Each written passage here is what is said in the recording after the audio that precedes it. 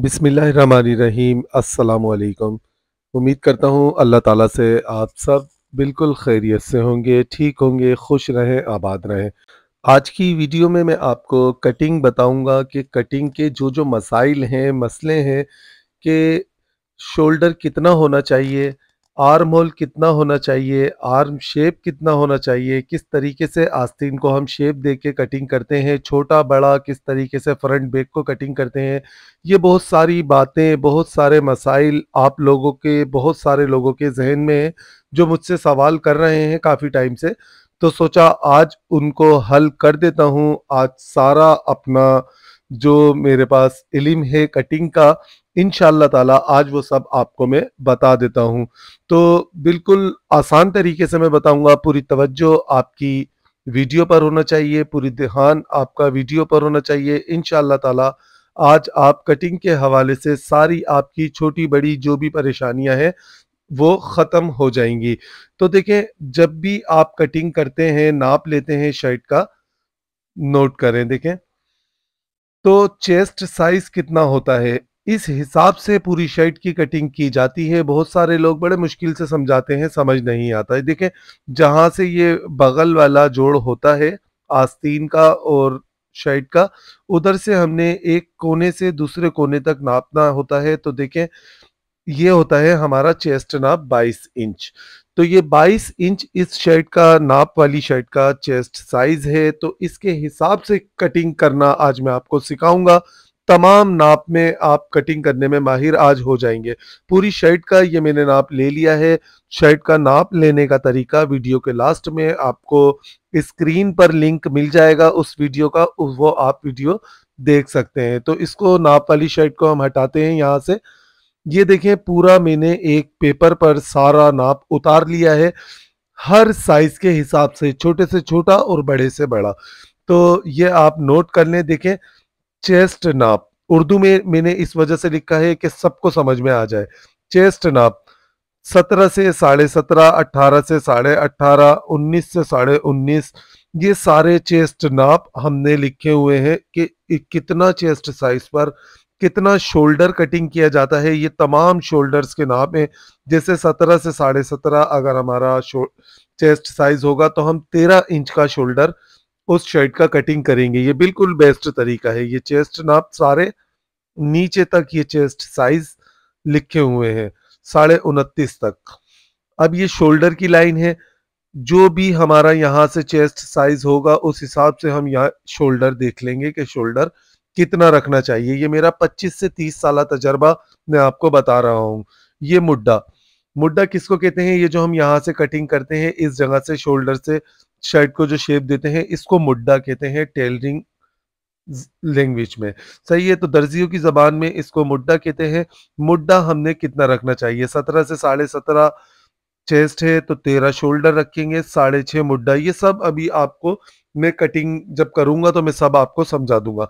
अब आ जाएँ arm hole पर, कि आर्म होल कितना रखना चाहिए, किस जगह से क्या हिसाब होता है, इसको ये सब मैं आपको अभी बता दूँगा। आर्म शेप, आस्तीन को शेप किस तरीके से दिया जाता है, ये भी मैं आपको बताऊँगा। मुड्डे की कटिंग आस्तीन की किस तरीके से होती है। तो अभी आप इस पेपर पर ना जाएँ, या आप बाद में इसका स्क्रीनशॉट ले लिएगा, या फिर वीडियो को सेव कर लेंगे, तो हमेशा के लिए आपकी जान छुट जाएगी। देखें, दामन और आस्तीन पर ये 2.5 गज़ लेस है मेरे पास, ये हमने लगानी है। जब भी इस जगह दामन पर लेस लगानी हो, तो देखें, पहले आपने इस तरह मार्किंग करनी है, उस पर लेस को रखनी है। जितना आप नीचे कपड़ा फोल्ड करेंगे, 22 इंच लेंथ है, तो ये 22 इंच तैयार लंबाई का निशान हम इसका लगा देंगे। 22 चेस्ट के हिसाब से अब मैं आपको कटिंग सिखा रहा हूँ। वैसे सारा नाप, सारा तरीका वो मैं आपको अब पता चल जाएगा। ये मैंने आपको बता दिया है। देखिए, मुड्डा, मुड्डा कितना रखना चाहिए? हमारा नाप है ये 22 से साढ़े 22 जब हमारा नाप होता है, चेस्ट साइज होता है शर्ट का, तो देखें, मुड्डे का निशान हम लगाएंगे 7.25 पर। 7 1/4 ये होता है 7.25। ठीक है, तो यहाँ हम शोल्डर से 7.25 पर इस जगह निशान लगा देंगे, और इसको यहाँ पर चेस्ट लाइन की मार्किंग कर देंगे। ठीक है, 22 ये नोट कर लें आप। देखें शोल्डर कितना रखना होता है 22 चेस्ट पर 14 इंच, 22 से 22.5 चेस्ट पर शोल्डर 14 इंच रखना होता है, तो यहाँ लगाएंगे हम तैयार शोल्डर का निशान 7 इंच पर। तैयार लगाएंगे, बाद में हम इसको बढ़ाएंगे कहाँ से वो भी आपको पता चल जाएगा। तैयार दोनों निशान साथ साथ पर लगाकर हम इस तरह मार्किंग कर लेंगे। ये दोनों निशान आप समझ गए, मुड्डे का भी और शोल्डर का भी। शोल्डर भी आपको समझ आ गया कि शोल्डर कितना होता है तो किस तरह निशान लगाया जाता है, और मुड्डा भी आप समझ गए कि शोल्डर से मुड्डे का निशान कितने पे लगता है। अब ये 22 इंच चेस्ट साइज है, तो देखें 11 इंच पर हमने यहाँ से निशान लगा दिया 22 के आधे पर। 7 इंच हम इसकी फिटिंग का निशान लगाएंगे चेस्ट लाइन के बाद, जहाँ तक हमने इसकी फिटिंग करनी है। ये हमेशा याद रखें, लार्ज से डबल एक्सेल नाप तक चेस्ट से फिटिंग का निशान 7 इंच पर लगता है। 20 इंच फिटिंग का निशान है, तो यहाँ पर हम लगाएंगे 10 इंच का निशान, और इस जगह पर गोलाई में हल्की गोलाई देते हुए निशान लगाना है आपने।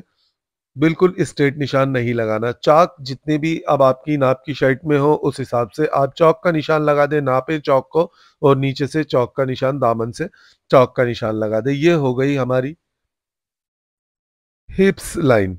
ये हिप्स की फिटिंग इस पर आएगी। तो देखिए यहाँ पर हमने जो भी आपका हिप्स का नाप हो 24 था, तो मैंने 12 पर निशान लगा दिया, और ये गोलाई में मैंने निशान लगाया। नोट करें निशान बिल्कुल स्ट्रेट नहीं है, गोलाई में निशान लगाए हैं। दामन है इनका 25 इंच, तो 12.5 पर हम निशान लगाएंगे इस तरह, और हिप्स से लेकर दामन तक बिल्कुल स्ट्रेट निशान लगाएंगे। देखें बिल्कुल सीधी मैंने मार्किंग कर दी है, और फिर उसके बाद यहाँ से हमने इस तरह गोलाई में मार्किंग हिप्स की, और यहाँ से चेस्ट की मार्किंग भी गोलाई में ही करनी होती है। तो ये इस तरह फिटिंग के निशान लगाया करें। शर्ट तैयार करके आपको मैं दिखाऊंगा, तो आप देखेंगे कितने फ्रेश इसकी साइडें बैठेंगी। अब देखें यहाँ से हमने इसको आधा इंच शोल्डर को अब बढ़ाना है, जो हमने स्लीव्स लगाते हुए दबाव में लेना है, और ये जो हमने मुड्डे का निशान लगाया था उसके सेंटर में हमने इस तरह निशान लगाया, और इस सेंटर वाले निशान को हमने आधा इंच बढ़ते हुए निशान से शोल्डर के मिलाना है, बिल्कुल इस तरह। यहाँ पर हमने देनी है गोलाई छोटी, ज्यादा बड़ी गोलाई नहीं देंगे। देख लें आप कितनी मैंने गोलाई दी है, आधा इंच से तकरीबन 1 पॉइंट ज्यादा या पौन इंच की। इस जगह से हम 1 इंच इसको डाउन करेंगे, और यहाँ पर निशान जो हमने लगाना है वो लगाना है शोल्डर के आधे पर। इस तरह पहले निशान लगाएंगे, और ये जो शोल्डर का आधा हिस्सा होता है उससे हमने ये मार्किंग 1 इंच वाले निशान तक इस तरह करनी है।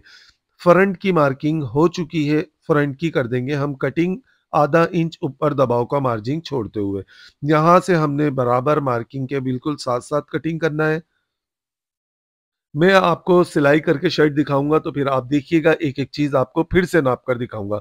बैक कटिंग करने का तरीका, बैक गला पीछे क्यों जाता है, यानी कि फ्रंट वाली शर्ट पीछे की तरफ जाती है। तो देखिए ये जो हमने शोल्डर के आधे का निशान लगाया था, वहां से हमने इसको रखा पौन इंच, और इस जगह से भी पौन इंच बढ़ता हुआ, फ्रंट से बढ़ता हुआ पौन पौन इंच का हमने इसको इस जगह से बढ़ता हुआ रखा। अब इस जगह हम आधा इंच बढ़ता हुआ रखेंगे, और इस पौन इंच वाले निशान को आधा इंच वाले से मिला देंगे।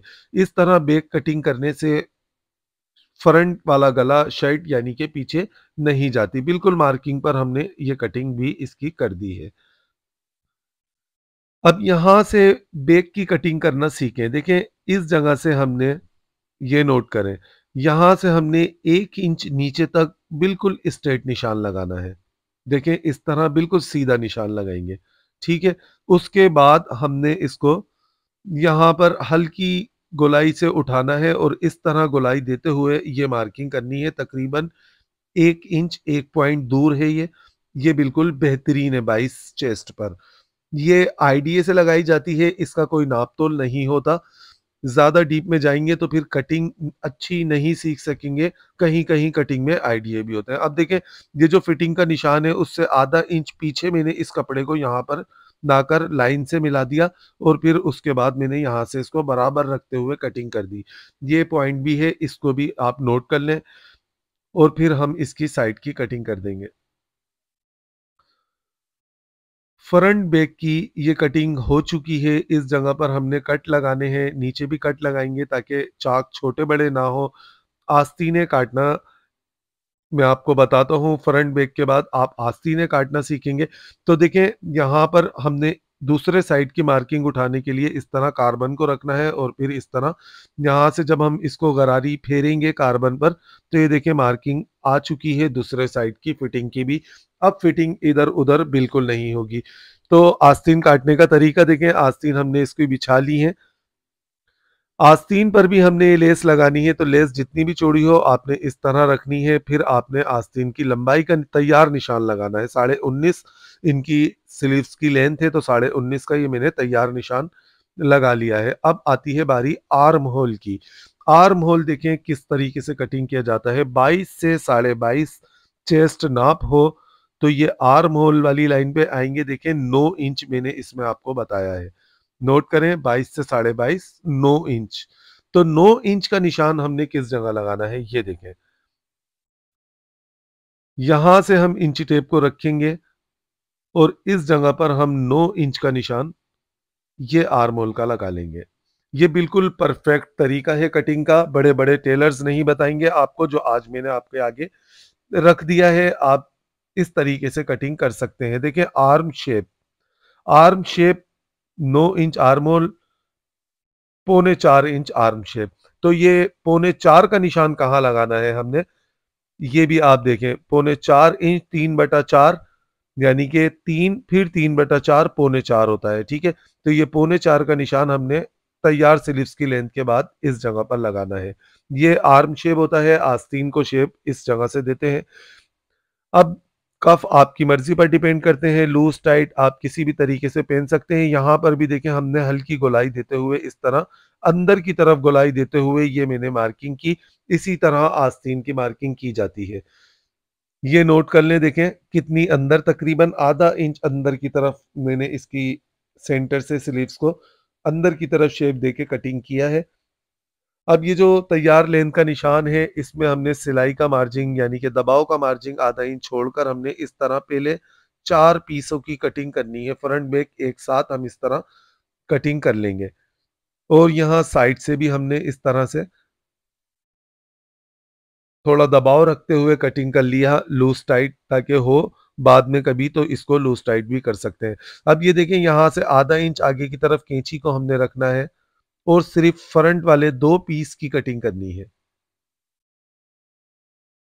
बिल्कुल इस तरह से फ्रंट को छोटा किया जाता है। ये आप नोट करें, 4.25 वाले निशान पर लाकर हमने इसको मिला दिया। ये फेयर कटिंग है, पहले मैंने चारों पीस रफ कटिंग किए थे, बाद में इसको फेयर किया जाता है। अब देखें इस तरह हम कैंची को इधर से लाकर ऐसे निकाल देंगे। ये शेप दिया जाता है इसका बैक साइड का, नोट कर लें। यहाँ पर कट लाजमी लगाने हैं क्योंकि हमने इस कट से स्लीव्स को बंद करनी है। ये नोट करें, आपको नजर आ रहा होगा, वरना मैं आपको मार्किंग कर कर भी दिखा देता हूँ। देखें इस तरह से ये शेप दिया जाता है। तकरीबन आधा इंच बैक को फ्रंट से बड़ा रखा जाता है। ये शेप भी आप अपने माइंड में फिट कर लें, बिठा लें। कटिंग हो चुकी है शर्ट की। इस पेपर का स्क्रीनशॉट आप बाद में ले लीजिएगा, तो ये मैं आपको अभी बाद में दिखा दूंगा। शर्ट तैयार करने के बाद मैं आपको शर्ट दिखाता हूँ, शर्ट आप चेक कीजिएगा। देखें ये शर्ट तैयार हो चुकी है, इस पर ये मैंने प्रेस भी कर दी है। सबसे पहले आप इसमें देखें, ये मैंने गला बनाया, यही गला इस पर सूट कर सकता था जो मैंने इस पर बनाया है। ऊपर कट खोल दिया, नीचे ये मैंने पाइपिंग लगाकर बटन लगा दिए। पहले पाइपिंग लगाई स्ट्रेट, उसके बाद मैंने ये आधा आधा गला दोनों साइडों पर टर्न कर दिया। ये मैं आपको पहले भी सिखा चुका हूँ गला बनाना। अब देखें ये आर्म होल किस तरीके से फिनिशिंग से बैठा हुआ है। ना तो शर्ट वाले कपड़े में कोई खिंचाव है, ना ही आस्तीन में कोई खिंचाव है। बिल्कुल बेहतरीन तरीके से ये एक आस्तीन देखें, फिर उसके बाद ये दूसरी आस्तीन देखें। देखें दोनों साइडों से कितना फ्रेश ये आर्म होल बैठ चुका है। इसका बैक साइड भी नोट करें, यहाँ पर भी कोई चुन खिंचाव वगैरह कुछ नहीं है। बिल्कुल बेहतरीन तरीके से ये हमारी स्लीव्स इसमें लग चुकी हैं। देखें जब बढ़ती हुई बैक की कटिंग हम करते हैं तो इस तरह जब आप प्रेस करें तो उसको इस तरह जमाया जाता है कि बैक का कपड़ा थोड़ा सा आगे की तरफ होना चाहिए। दोनों साइडों से इस तरह जब हम जमा लेंगे और फिर इस तरह पकड़कर शर्ट को देखेंगे तो नीचे से दोनों के दामन बराबर आएंगे। ये एक प्रोफेशनल तरीका है। टोटल ब्रांड्स जो कटिंग करते हैं वो इसी तरह बैक को बड़ी रखकर कटिंग करते हैं। देखें, बिल्कुल बराबर है शर्ट। दामन, स्लीव्स, सब जगह पर ये जो लेस मैंने कटिंग करते वक्त बढ़ती हुई रखी थी, बढ़ती हुई आगे निकलती हुई लगा दी मैंने। नोट करें, आप इसका चेस्ट साइज देखें, वो ही 22 इंच जिस पर मैंने कटिंग की थी, 22 इंच बिल्कुल तैयार ये आ रहा है। ठीक है। अब आप इसकी ये साइड नोट करें, देखें जब इस तरह गोलाई में हेवी हिप्स की शर्ट होती है, गोलाई में शेप देते हैं, तो देखें कितने अच्छे तरीके से ये साइडें भी इसकी बैठ चुकी हैं। एक एक चीज आपको तफसील से दिखाऊंगा। देखें, साइडें भी बैठ चुकी हैं। ये अब आप नोट करें, देखें ये पेपर है हमारे पास, ये तमाम इसके ये चेस्ट साइज हैं, ये चेस्ट साइज यानी कि ये वाला हिस्सा, ये सारा लिखा हुआ है। शोल्डर, जितने भी ये चेस्ट साइज हैं उसके हिसाब से ये शोल्डर की मैंने कटिंग की थी, ये भी आपको समझ में आ गया। मुड्डा फिर से समझ लें, देखें मुड्डा, मुड्डा किसको कहते हैं, ये सब चेस्ट साइज के हिसाब से ये सारे मैंने मुड्डे के नाप लिखे हुए हैं। तो जब भी आपका चेस्ट साइज जो भी नाप का हो, आपने ये वाला निशान जो लगाएंगे इसको मुड्डे का निशान कहते हैं। देखें, ये निशान जो मैंने आपको शोल्डर से चेस्ट लाइन तक लगाना सिखाया था। उसके बाद आ जाए आर्म होल, 9 इंच मैंने रखा था, अब ये आस्तीन है। आप देखें ये 9 इंच हमारा स्ट्रेट आर्म होल आ चुका है। देख लें आप, आर्म होल भी बिल्कुल 9 इंच आ चुका है 22 चेस्ट पर। आर्म शेप, आर्म शेप समझ गए आप कि जब भी आप इस तरह से शेप देंगे स्लीव्स में, इसको आर्म शेप कहते हैं। ये लास्ट वाली लाइन आर्म शेप की लाइन है, ये वाली। तो समझ गए आप सारा तरीका, ये सब नाप, चेस्ट लाइन, आर्म शेप, ये सब तरीका मैंने आपको बता दिया। आर्म होल, मुड्डा, शोल्डर, ये तमाम चेस्ट नाप के हिसाब से सब कुछ ये लिखा हुआ मैंने आपको दिखा दिया है। तो जब भी कटिंग करें इसी तरह कटिंग कीजिएगा, कभी भी इंशाअल्लाह ताला आपके काम में कोई शिकायत नहीं आएगी। बहुत दिन से आप लोग मुझसे हर तरह के नाप की मालूमात करते हैं, तो आज आपने ये वीडियो कंप्लीट देख ली तो आपका मसला समझे हल हो गया। इंशाअल्लाह ताला मिलेंगे नेक्स्ट वीडियो में। अपना, अपने से जुड़े तमाम रिश्तों का, अपने प्यारों का खास ख्याल रखिएगा। आने वाली वीडियो तक के लिए आपसे इजाज़त चाहता हूँ। वीडियो पसंद आए तो लाइक और शेयर ज़रूर कीजिएगा। वीडियो को आगे तक पहुँचाया करें आप लोग, ये आपकी ज़िम्मेदारी है, क्योंकि वीडियो बनाने में थोड़ा सा टाइम लगता है, तो काम को ज़्यादा से ज़्यादा लोगों तक पहुँचाया करें। अल्लाह हाफिज़।